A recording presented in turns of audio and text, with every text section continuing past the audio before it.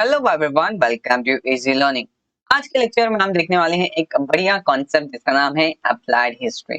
Applied history आपका history syllabus का third chapter होने वाला है। बेसिकली हमने फर्स्ट एंड सेकंड चैप्टर पे वीडियोस ऑलरेडी बना रखे हैं। आप यहाँ पर डिस्क्रिप्शन में आपको लिंक मिल जाएगा, चेकआउट कर सकते हैं वीडियो। सबसे पहले हमने कवर किया था historiography development in the west, यानी कि वेस्टर्न ट्रेडिशंस की बात की थी। उसके बाद हमने सेकंड चैप्टर किया था हिस्टोरियोग्राफी इंडियन ट्रेडिशन। उसके बाद आज यहाँ पर हम थर्ड चैप्टर करने वाले हैं हिस्ट्री सिलेबस आपका, जो कि है अप्लाइड हिस्ट्री। चलो जरा देखते हैं कि हम हिस्ट्री को अपने लाइफ में कैसे अप्लाई करते हैं एंड सो ऑन। सबसे पहले आपको बता दूं, अगर आपको हमारे वीडियो लेक्चर्स के नोट्स चाहिए तो सबसे पहले आपको सिंपल स्टेप्स करना होगा।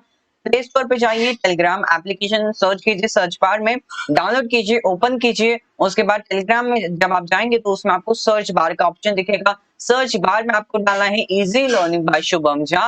यहाँ पर आपका चैनल जो है वो ओपन हो जाएगा। जल्दी से ज्वाइन कर लीजिए ताकि आप यहाँ पर एक्सेस कर पाए हमारे लेक्चर के नोट्स को। चलिए बढ़ जाते हैं, कुछ मेजरली यहाँ पर हम चैप्टर में बढ़ जाते हैं। देखो सबसे पहले हम यहाँ पर कोई इंट्रोडक्शन की बात नहीं करने वाले हैं, सीधा हम यहाँ पर 3.1 की बात करेंगे क्योंकि टेक्स्ट बुक के हिसाब से हम यहाँ पर जाने वाले हैं। तो 3.1 से हमारे यहाँ पर ये चैप्टर स्टार्ट हो जाता है, जो है व्हाट इज अप्लाइड हिस्ट्री। ठीक है, सबसे पहले हम जानते हैं कि अप्लाइड हिस्ट्री क्या है। अब आप सोचेंगे कि हम हिस्ट्री को अपने लाइफ में कैसे अप्लाई कर सकते हैं, ये तो समझ नहीं रहा होगा आपको, लेकिन एक्चुअली हम ऐसा हम कर सकते हैं। जरा देखते हैं कैसे। सबसे पहले ये एक बात जान लीजिए कि जो अप्लाइड हिस्ट्री है वो उसे हम यहाँ पर पब्लिक हिस्ट्री भी कहते हैं। ऑलराइट, आगे देखते हैं कुछ और चीजें। बेसिकली अप्लाइड हिस्ट्री एक ऐसा फील्ड स्टडी का जहां पर हम हिस्ट्री को अपनी लाइफ में अप्लाई कर सकते हैं हमारे बेनिफिट के लिए, साथ ही साथ में फ्यूचर जनरेशंस की बेनिफिट के लिए। मैंने क्या कहा, वापस से मैं रिपीट करता हूँ। अप्लाइड हिस्ट्री एक ऐसा फील्ड है स्टडी का जहां पे हम अपने हिस्ट्री को अपने लाइफ में अप्लाई करते हैं अपने बेनिफिट के लिए, साथ ही साथ फ्यूचर जनरेशन के बेनिफिट के लिए। ओके, आगे देखते हैं कुछ और चीजें। बेसिकली जो अगर हम हिस्ट्री की नॉलेज रखते हैं तो हमारे सोशल लाइफ में सोशल इश्यूज को सॉल्व करने के लिए ये बहुत ज्यादा हेल्पफुल होगा। नॉलेज, हिस्ट्री की नॉलेज होना बहुत जरूरी है इस पर्पस के लिए। अब यहाँ पर आपको सीधी सीधी बात बता दी जा रही है, लेकिन एग्जांपल के थ्रू आपको समझाने की कोशिश करूंगा। फॉर एग्जांपल अभी जो कोविड पैंडेमिक चल रहा है, अब यही पूरे वर्ल्ड में सबसे पहले पैंडेमिक नहीं है, इसके पहले भी बहुत सारे पैंडेमिक आ चुके हैं। अब उसमें जब हम हिस्ट्री की स्टडी करेंगे कि कितने पैंडेमिक्स आ चुके हैं पहले, इससे पहले क्या क्या प्रिकॉशंस लिए गए, क्या क्या चीजें कही गई उसे हटाने के लिए, ओवरकम करने के लिए। अगर वही चीज यहाँ पर हम उसी नॉलेज को यहाँ पर आज की लाइफ में अप्लाई करेंगे, भले वो 100% यूजफुल ना रहे लेकिन वो 50% तो यूजफुल होगा ही, इतना ये दावा करता है हिस्ट्री के नॉलेज। 50% तो यूजफुल होगा ही, मतलब हमारे लाइफ में आज भी जो हिस्टोरिकल इवेंट्स हो चुके हैं, जो भी चीजें हो चुकी हैं, अगर हम उसकी नॉलेज रखते हैं तो वो कहीं ना कहीं हमारे लाइफ में यूजफुल होगी। फॉर एग्जाम्पल अभी हम आइसोलेशन कर रहे हैं, जो भी कोविड बेसिकली पॉजिटिव हो जाता है, वैसे ही पहले किया जाता था जो भी पैंडेमिक चल रहा था। तो ये सारी चीजें हमने किससे सीखी है, उसी चीज से ही तो सीखी है। मतलब इस पर्पस के लिए, किसी भी पर्पस के लिए, सोशल लाइफ में इश्यूज को सॉल्व करने के लिए नॉलेज ऑफ हिस्ट्री बहुत ज्यादा इंपॉर्टेंट है। आई होप आप एग्जाम्पल के थ्रू समझ गए होंगे। अब हम आगे बढ़ जाते हैं, कुछ और चीजों की बात करते हैं। ओके, सो ये जितने भी प्रोग्राम, बेसिकली अप्लाइड हिस्ट्री में जितने भी प्रोग्राम्स होते हैं, प्रोजेक्ट्स होते हैं, ये क्या करते हैं कि जॉब अपॉर्चुनिटीज को क्रिएट करते हैं। अब जॉब अपॉर्चुनिटीज कैसे क्रिएट करते हैं, एम्प्लॉयमेंट जनरेट कैसे करते हैं, जरा देखते हैं इस पर्टिकुलर फील्ड में। सबसे पहले देखो कि अगर एक पर्टिकुलर प्लेस है जो कि एक एंशियंट प्लेस है, बहुत पुराने सभ्यता का प्लेस है, या फिर कोई भी एक म्यूजियम है जो कि एंशियंट म्यूजियम है। अब टूरिस्ट जो है उन्हें उनको एक इंटरेस्ट रहता है वहां पे ट्रैवल करने का। तो ये जो देखो जो पीपल होते हैं उनमें हिस्ट्री में इंटरेस्ट लाने के लिए टूरिज्म का यहाँ पर हेल्प लिया जाता है। ओके, इमेज आपके यहाँ पर देख सकते हैं। आगे देखते हैं, कुछ और चीजों की बात करते हैं। अब एक पर्टिकुलर, फॉर एग्जांपल एक पर्टिकुलर टूरिज्म प्लेस है, अब उसे प्रिजर्व करने के लिए, मैनेज करने के लिए लोगों की जरूरत होगी, मैन पावर ऑफ कोर्स चाहिए होगा। तो उसी लोगों को जो पर्टिकुलर एरिया में, सिटी में, टाउन में, जो भी विलेज में उस लोग रह रहे होते हैं, उनको ही पार्टिसिपेट कर लिया जाता है एज अ वॉलेंटियर, और उनको बेसिकली एक रोजगार ऐसे मिल जाता है, एम्प्लॉयमेंट यहाँ पर इसलिए जनरेट हो जाती है, जो कि बहुत अच्छी बात है।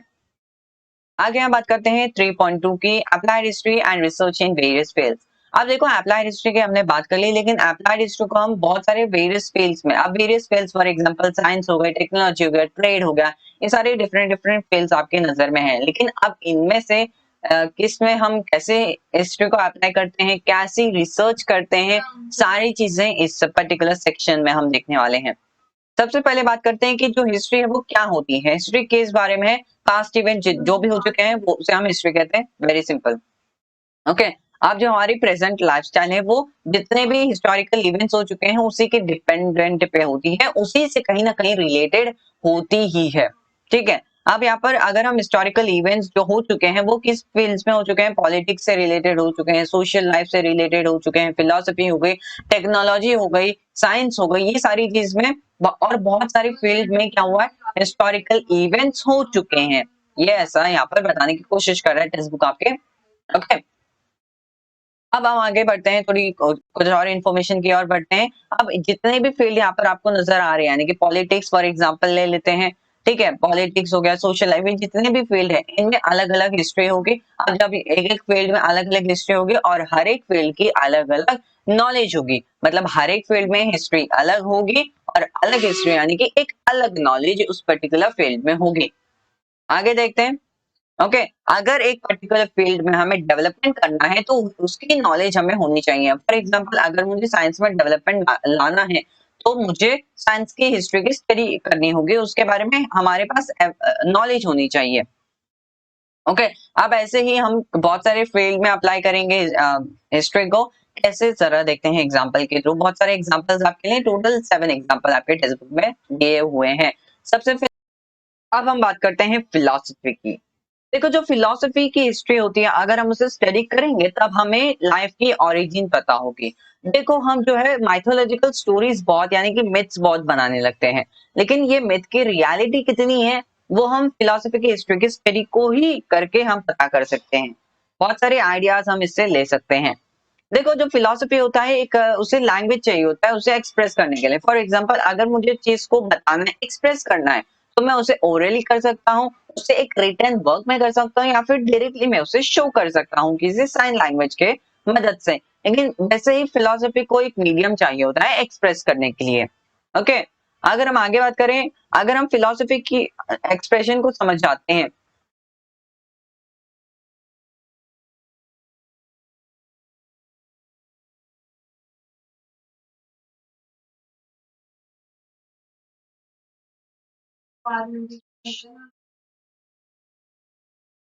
देखो, जो फिलोसफिकल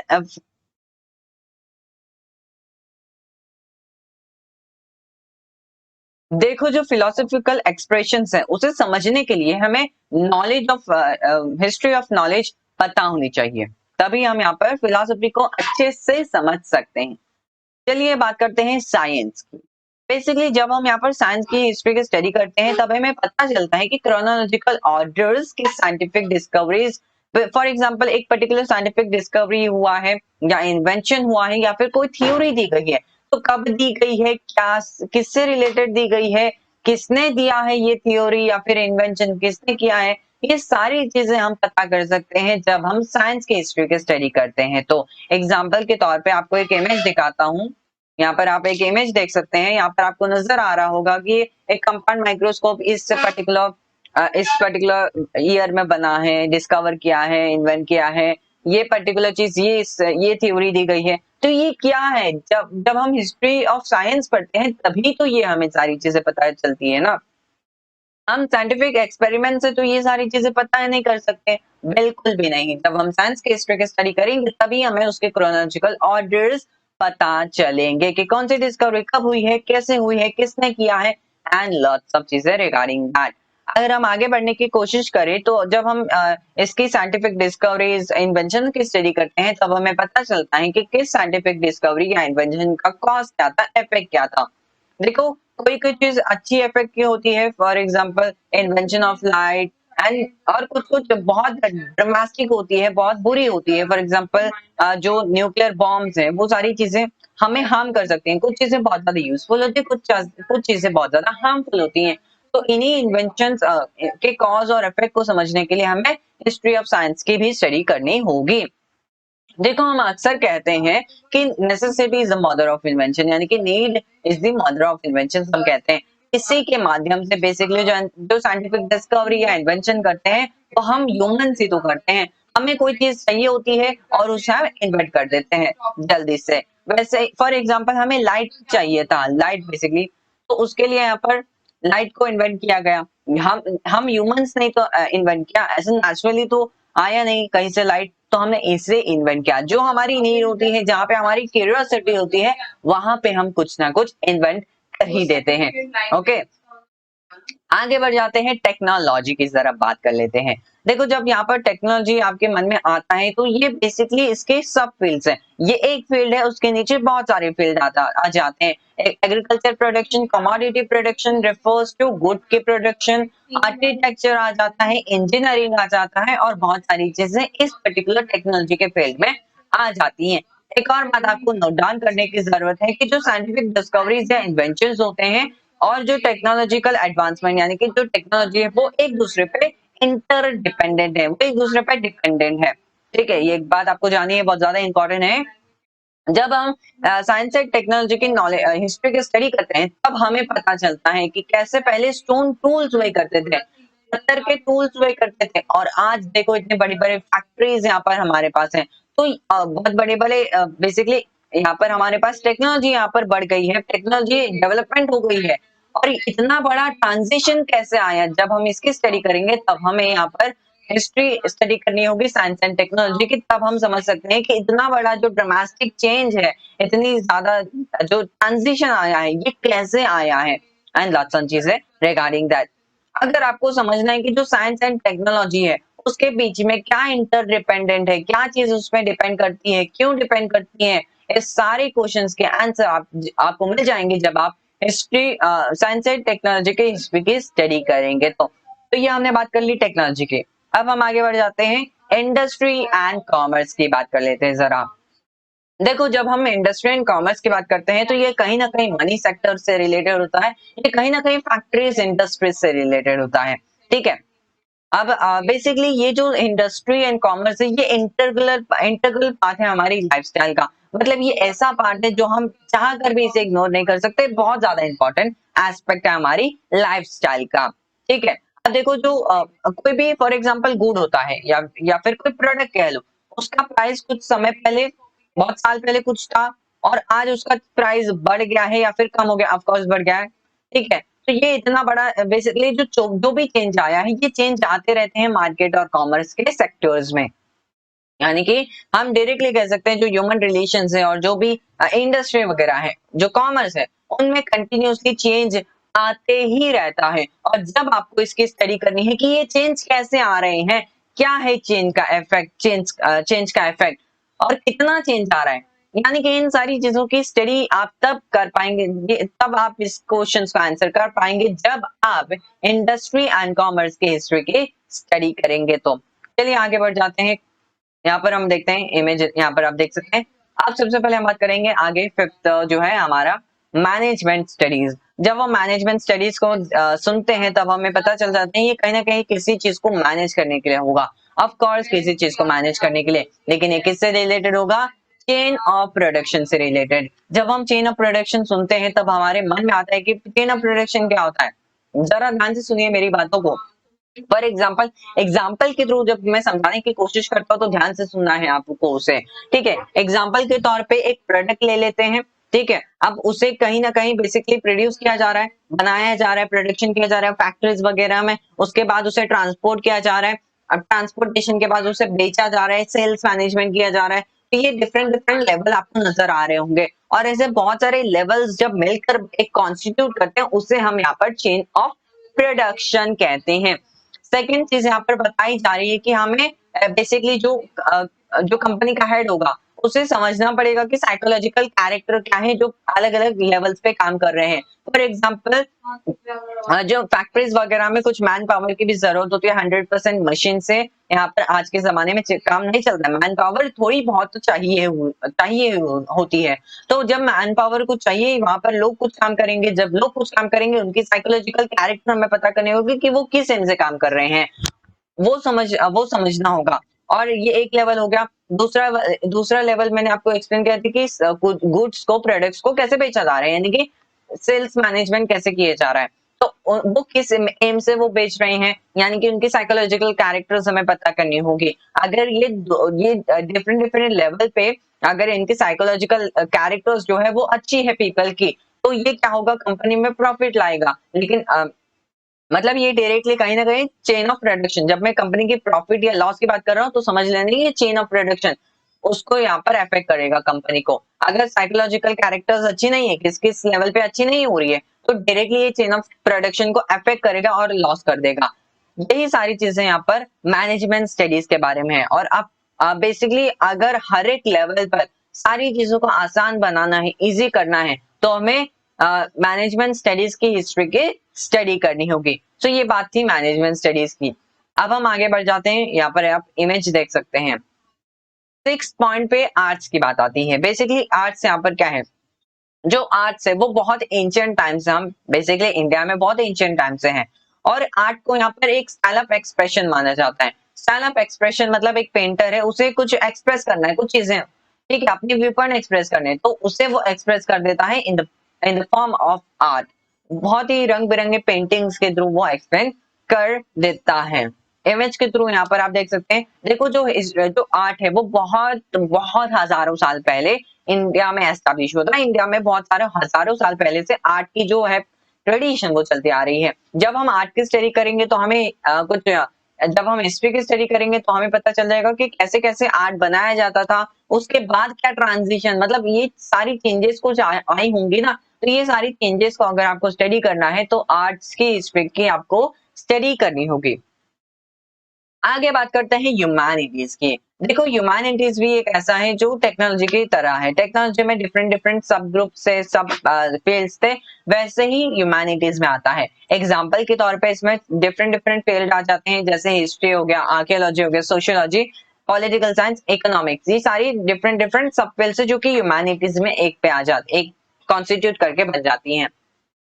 ओके, अगर हमें समझना है कि हिस्ट्री की ओरिजिन क्या है, कहाँ से ये सब शुरू हुआ है। फॉर एग्जाम्पल अगर हम एक फील्ड को पकड़ लेते हैं, एग्जाम्पल के तौर पे हिस्ट्री, हिस्ट्री की ओरिजिन क्या है, कैसे डेवलपमेंट हुआ है। अगर हम आर्कियोलॉजी को देखें, आर्कियोलॉजी कैसे ओरिजिन हुई है, डेवलपमेंट क्या है, ये सारी चीजें अगर हमें स्टडी करनी है तो हमें ह्यूमैनिटीज की हिस्ट्री की स्टडी करनी होगी उस पर्टिकुलर फील्ड में।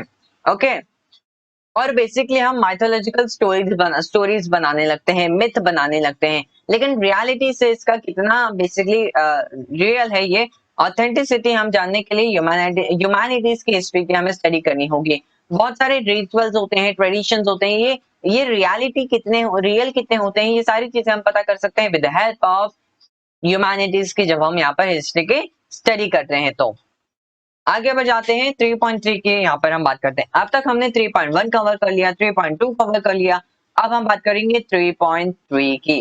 चलो देखते हैं क्या है। Applied history and a present, मतलब हम अप्लाइड हिस्ट्री और अपनी प्रेजेंट यानी कि प्रेजेंट टाइम जो हमारी चल रही है उसकी यहाँ पर बात करने वाले हैं।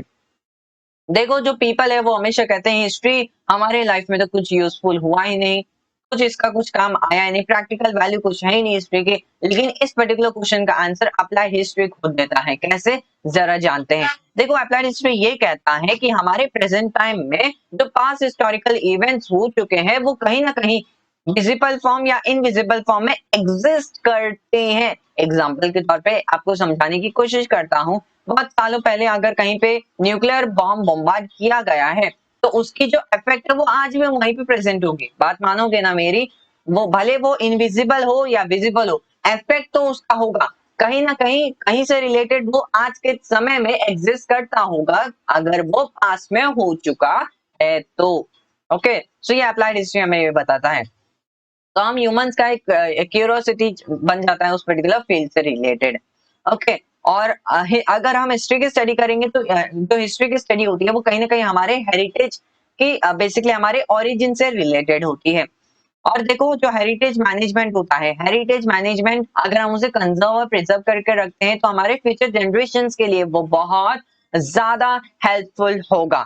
उसके बारे में हम ज्यादा चर्चा करने वाले हैं नेक्स्ट स्लाइड्स में, जरा देखते हैं। देखो जो अप्लाइड हिस्ट्री होता है वो एक और चीज से रिलेटेड होता है, preservation and conservation of historical sites यानी कि हेरिटेज साइट्स से रिलेटेड। अब देखो जो हेरिटेज साइट्स है उसमें क्या होती है कि एम्प्लॉयमेंट भी जनरेट होती है। अब एम्प्लॉयमेंट कैसे जनरेट होती है वो हम नेक्स्ट स्लाइड्स में आगे आने वाली बेसिकली टाइम में हम जानेंगे इसी वीडियो में। और अगर हम ब्रीफली देखें तो अप्लाइड हिस्ट्री हमें मदद करता है राइट डिसीजन लेने के लिए प्रेजेंट टाइम में एज वेल एज हमारे फ्यूचर जनरेशंस को बेनिफिट करता है।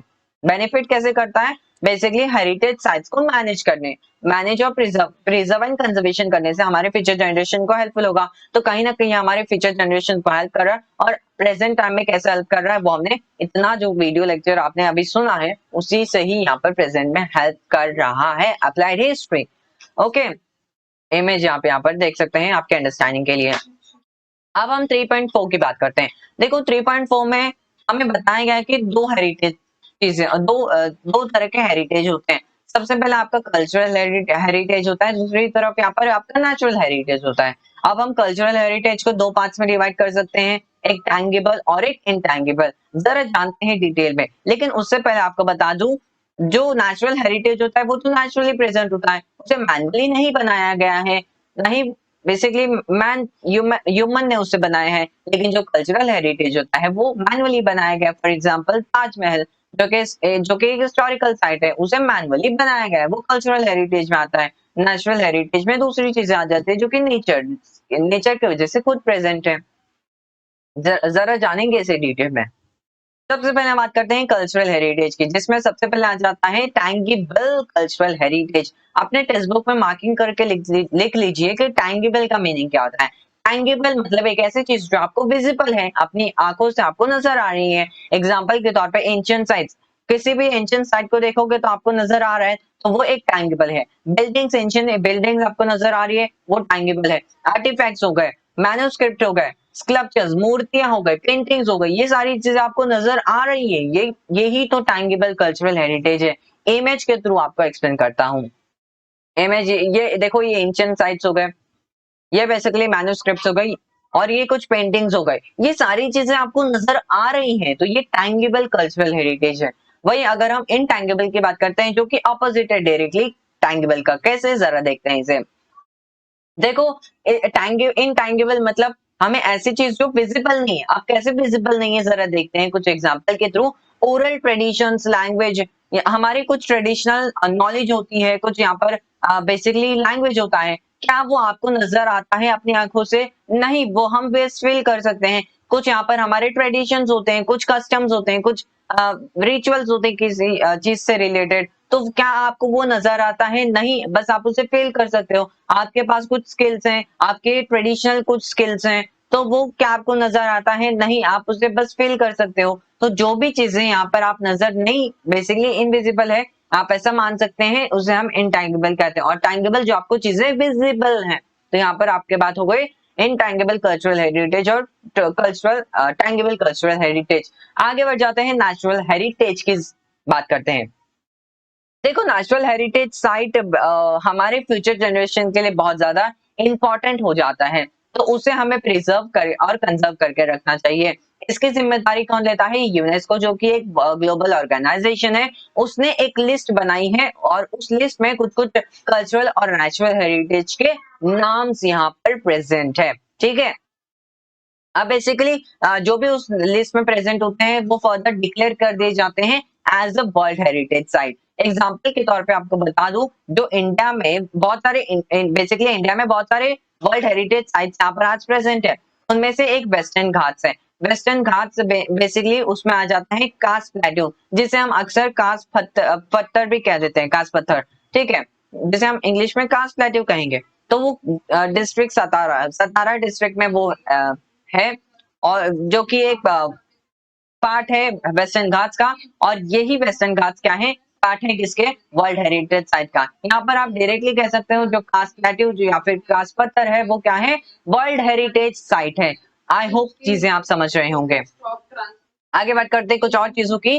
Cultural and natural heritage site होता है, ये बहुत ज्यादा इंपॉर्टेंट होता है अप्लाइड हिस्ट्री के फील्ड में, क्योंकि इन्हें कंजर्व और प्रिजर्व करके रखना होता है। इसकी जिम्मेदारी कौन लेता है? यूनेस्को तो लेता है, लेकिन इंडिया लेवल पे, नेशनल लेवल पे हमारी जो archaeology survey of India department है वो इसकी जिम्मेदारी लेती है, प्रिजर्व करके रखती है, कंजर्व करके रखती है हिस्टोरिकल साइट्स को। ठीक है, अब उसमें ही एक फील्ड आ जाता है, एक इंस्टीट्यूट आ जाता है जो कि इसका नाम है INTACH. INTACH stands for Indian National Trust for Art and Cultural Heritage. यही काम करता है इस फील्ड में, बेसिकली कंजर्व और प्रिजर्व करके रखता है हमारे कल्चरल हेरिटेज साइट्स को। इमेज आपको नजर दिखा देता हूँ यहाँ पर, बेसिकली इंटैक्ट है जो हमारे कल्चरल हेरिटेज साइट्स को प्रिजर्व और कंजर्व करके रखता है। अब यहाँ पर जरा देखते हैं कि ये जो इंटैक्ट है ये काम कैसे करता है। ये 5 पर्टिकुलर चीजों से काम करता है। जरा देखते हैं क्या करके चीजें आपको यहाँ पर नजर आ रही होगी। सबसे पहले, अगर एक हिस्टोरिकल साइट है उसे ये कंजर्व करता है, प्रिजर्व करता है और उसकी डेवलपमेंट भी कर देता है, लेकिन उससे उसमें जो ओरिजिनल स्टेट था, उस पर्टिकुलर हिस्टोरिकल हेरिटेज साइट का जो ओरिजिनल फॉर्म था उसे चेंज नहीं करता है, उसे चेंज किए बिना इसे कंजर्व एंड प्रिजर्व किया जाता है। याद रखना है आपको ये चीज, पहली चीज। दूसरी चीज में कि जो उस पर्टिकुलर हिस्टोरिकल साइट से रिलेटेड जितने भी लोग रह रहे होते हैं वहां पर रहते हैं, उनके बेसिकली सर्वे की जाती है डिटेल में, उनसे उनके लाइफ में क्या प्रॉब्लम्स है, प्रेजेंट सिचुएशंस उससे रिलेटेड कुछ है या फिर उनकी साइकोलॉजी क्या है, ये सारी चीजें नोट डाउन की जाती है, सर्वे किया जाता है बहुत डिटेल में आर्कियोलॉजी ऑफ इंडिया के द्वारा, यानी कि इंटैक्ट द्वारा। ठीक है, अब यहाँ पर थर्ड पॉइंट बताया गया है कि जो ये क्या है, थर्ड फोर्थ फिफ्थ, ये तीनों को मर्ज करके आपको डायरेक्टली एक्सप्लेन करने की कोशिश करता हूँ कि ये एम्प्लॉयमेंट जनरेट करता है। एम्प्लॉयमेंट कैसे जनरेट करता है, बेसिकली इसमें एग्जांपल के तौर पे अगर एक म्यूजियम है या फिर कोई एक पर्टिकुलर हिस्टोरिकल साइट है तो वहां पे टूरिस्ट आएंगे, बेसिकली टूरिज्म यहाँ पर हो जाएगा। तो जब टूरिस्ट आएंगे तो उन्हें सर्व करने के लिए, अच्छे से बताने के लिए, यानी कि मैन पावर यहाँ पर जरूरी होगा। तो जो वर्कर्स होते हैं वो कौन होते हैं, जो लोकल पीपल होते हैं, उन्हें ही यहाँ पर जॉब अपॉर्चुनिटी दे दिया है, उनके लिए ये एक रोजगार की तरह है। तो ये भी बहुत अच्छी बात है। ठीक है, एम्प्लॉयमेंट जनरेट कैसे हो रही है, आई होप आप समझ रहे होंगे इस चीज को। प्रोफेशनल फील्ड की देखो, अप्लाइड हिस्ट्री में बहुत सारे प्रोफेशनल फील्ड है, लेकिन हम उनसे 4 मेजर कैटेगरीज में डिवाइड कर देते हैं। क्या है वो 4 मेजर कैटेगरीज? सबसे पहले म्यूजियम्स एंड आर्काइव्स आ जाता है। म्यूजियम्स आप यहाँ पर इमेज आप यहाँ पर देख सकते हैं। सेकंड पे preservation and conservation of historical site. Third पे टूरिज्म एंड हॉस्पिटैलिटी आ जाता है, इमेज आप यहाँ पर देख सकते हैं। फोर्थ पे आपका एंटरटेनमेंट एंड मास मीडिया आ जाता है। तो प्रोफेशनल फील्ड जो होते हैं बेसिकली अप्लाइड हिस्ट्री में वो 4 मेजर कैटेगरीज में डिवाइड हो जाते हैं। Museums history, museums and archives, preservation and conservation of historical site, tourism and hospitality और साथ ही साथ एंटरटेनमेंट एंड मास मीडिया। जरा देखते हैं इन सारी चीजों को डिटेल में। कुछ और इन्फॉर्मेशन की बात करेंगे इससे रिलेटेड। देखो जहां पर मैंने कितने सारे फील्ड यहाँ पर बताया आपको, 4 मेजरली फील्ड यहाँ पर है। ठीक है, मेन कैटेगरीज में। अब हर एक फील्ड में अलग अलग एक्सपर्ट की रिक्वायरमेंट होती है, एक्सपर्ट की रिक्वायरमेंट होती है। ये एक्सपर्ट हो सकते हैं, इंजीनियर हो सकते हैं, हिस्टोरियन हो सकते हैं, आर्कियोलॉजिस्ट हो सकते हैं, एंड ये सारी चीजें जो आपको स्क्रीन पे नजर आ रहा होगा आप उसे पॉज करके रीड कर सकते हैं। तो इतने सारे प्रोफेशनल एक्सपर्ट रिक्वायरमेंट होते हैं ये डिफरेंट डिफरेंट फील्ड्स में।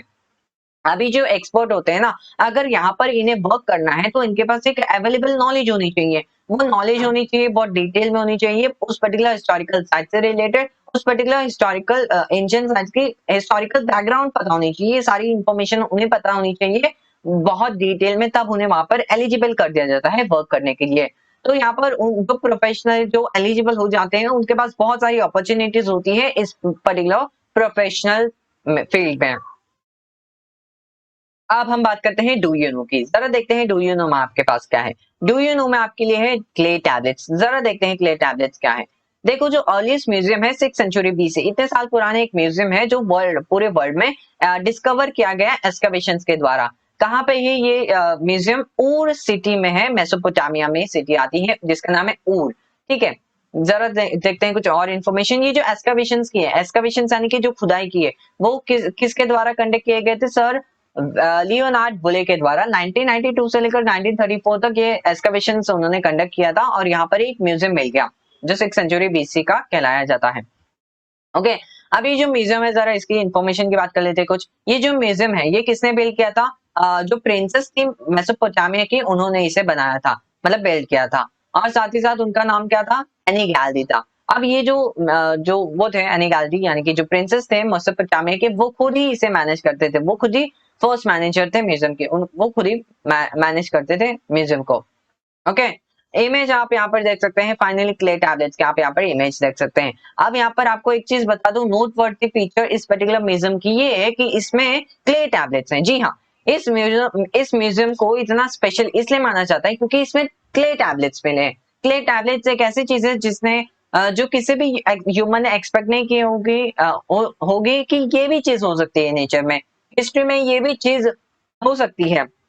वैसी चीज हमें जब मिल जाती है तो वो बहुत ज्यादा स्पेशल बन जाती है। तो जो क्ले टैबलेट्स है वो ही एक ऐसी चीज है जो इस म्यूजियम को बहुत ज्यादा स्पेशल बना देता है। आगे हम बात करेंगे, एक और डू यू नो आपके पास है जो कि है इंडियन म्यूजियम, कोलकाता में जो है। जरा बात करते हैं इंडियन म्यूजियम की जो कि कोलकाता में है। देखो, जो इंडियन म्यूजियम है जो कोलकाता में है लोकेटेड, वो फाउंड किया गया था एशियाटिक सोसाइटी के द्वारा 1840 में। ओके, नेथियल वैली जो कि एक डैनिश बोटैनिस्ट थे, वो बेसिकली इनके फाउंडर थे इस पर्टिकुलर म्यूजियम के, इंडियन म्यूजियम के, और वो फर्स्ट क्यूरेटर इनके फर्स्ट मैनेजर थे इस म्यूजियम के। इमेज आपके लिए लाया हूँ यहाँ पर। ये जो इमेज आप यहाँ पर देख सकते हैं, ये 1905 का 1905 का इमेज, ठीक है। ओके, अब यहाँ पर आप देख सकते हैं कुछ और इन्फॉर्मेशन इस म्यूजियम से रिलेटेड कि इस म्यूजियम में आपको 3 मेजर डिपार्टमेंट मिल जाएंगे। वो डिपार्टमेंट क्या है? आर्ट्स, आर्कियोलॉजी और एंथ्रोपोलॉजी। ये 3 मेजर डिपार्टमेंट्स तो है, लेकिन और भी डिपार्टमेंट होते हैं। फॉर एग्जांपल, कंजर्वेशन के लिए एक अलग डिपार्टमेंट है, पब्लिकेशन के लिए, फोटोग्राफी, एग्जीबिशन, प्रेजेंटेशन, प्रेजेंट करना किसी चीज को, वहां पे एक अलग डिपार्टमेंट है, model making, training, library, security, ये सारी चीजें अलग अलग डिपार्टमेंट है, लेकिन मेजरली 3 डिपार्टमेंट है। वो क्या है? आर्ट्स, आर्कियोलॉजी और एंथ्रोपोलॉजी, याद रखना है आपको। आगे बात करते हैं, कुछ इंटरेस्टिंग आपके लिए, जरा जान लीजिए। सबसे पहली बात की जो आर्काइव्स होते हैं, वो आर्काइव्स प्रिजर्व करके रखते हैं, स्टोर करके रखते हैं ओल्ड डॉक्यूमेंट्स, पुराने डॉक्यूमेंट्स को, ऑफिशियल रिकॉर्ड्स को, पुराने फिल्म्स को, ये क्या करते हैं? स्टोर करके रखते हैं। अब सबसे पहली बात क्या आती है कि जो नेशनल आर्काइव्स है इंडिया का, वो न्यू दिल्ली में है प्रेजेंट लोकेटेड। इमेज आप यहाँ पर देख सकते हैं नेशनल आर्काइव्स ऑफ इंडिया की। और हर एक स्टेट के पास अलग अलग, इंडिया में डिफरेंट डिफरेंट स्टेट्स हैं, और हर एक स्टेट के पास डिफरेंट डिफरेंट आर्काइव्स यहाँ पर होते हैं, वो मैनेज करते हैं खुद ही के बेसिस पर। लेकिन जब इंडिया की बात आती है, कॉन्स्टिट्यूट होकर एक पर्टिकुलर यहाँ पर आर्काइव बन जाता है जो कि नेशनल आर्काइव्स ऑफ इंडिया, जो कि न्यू दिल्ली में है। इमेज आप यहाँ पर देख सकते हैं। आगे बात करते हैं जो कि आपका लास्ट टॉपिक होने वाला है, archives with a distinct purpose. इसका एक डिफरेंट और एक यूनिक फीचर होता है, पर्पस होता है। जरा जानते हैं कुछ और इन्फॉर्मेशन इससे रिलेटेड। सबसे पहली बात आपको जाननी है कि जो मेन ऑफिस है national films archives of India, वो कहाँ पे लोकेटेड है? पुणे, महाराष्ट्र में ये लोकेटेड है। बेसिकली जो ऑफिस है, ये मेन ऑफिस है, ये 1964 में एस्टैब्लिश हुआ था, जिसे यहाँ पर सबसे पहले नाम दिया गया था the unit of the media unit of the ministry of information and broadcasting of Indian government. इससे यहाँ पर अप्रूव कर दिया गया था इस नाम के द्वारा, लेकिन उसे बाद में चेंज कर दिया गया national films archives of India. Okay, basically इसके 3 ऑब्जेक्टिव्स हैं, 3 ऑब्जेक्टिव्स, इसके 3 एम्स हैं। जरा देखते हैं। सबसे पहली बात की ये रेयर इंडियन फिल्म्स को फाइंड करता है, रेयर इंडियन फिल्म्स को ये सर्च करता है, ऑब्टेन करता है, और उसे अच्छे से प्रिजर्व करके रखता है।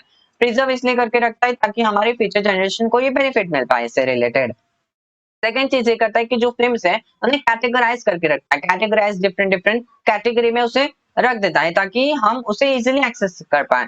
थर्ड ऑब्जेक्टिव इसका ये होता है कि वो सारे फिल्म्स को कैटेगरी वाइज एक पर्टिकुलर सेंटर पर रख देता है, जिसे हम फिल्म्स कल्चर कहते हैं, तो हम इजीली उसे एक्सेस कर सकते हैं।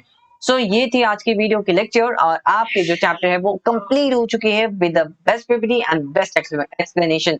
आप यहाँ पर बेसिकली अपने टेक्स्ट बुक के गो थ्रू जाएंगे तो आपको सारी चीजें अंडरस्टैंड हो जाएगी। सारी चीजें जो मैंने एक्सप्लेन की, जो टेक्स्ट बुक में चीजें लिखी, आप सारी चीजें समझ पाएंगे अपने ओन से। Okay, thank you for watching this video, study well everyone. लेकिन डिस्क्रिप्शन में आपको क्विज की लिंक दी हुई है, अपनी नॉलेज को टेस्ट कीजिए, जल्दी से जाइए, गूगल फॉर्म की लिंक है, क्लिक कीजिए और क्विज दीजिए, और कितना स्कोर आया कमेंट सेक्शन में जरूर से बताइएगा हमें। ओके, एक और चीज आपको बताना चाहता हूँ, वीडियो के डिस्क्रिप्शन में आपको 2 लिंक मिल रहे होंगे। सबसे पहला लिंक आपको फर्स्ट चैप्टर है हिस्ट्री का, वो उसकी लिंक होगी। सेकंड लिंक में आपको सेकंड चैप्टर जो हिस्ट्री का है उसकी लिंक होगी, तो उसे भी देख लीजिए। Thank you for watching this video, study well everyone.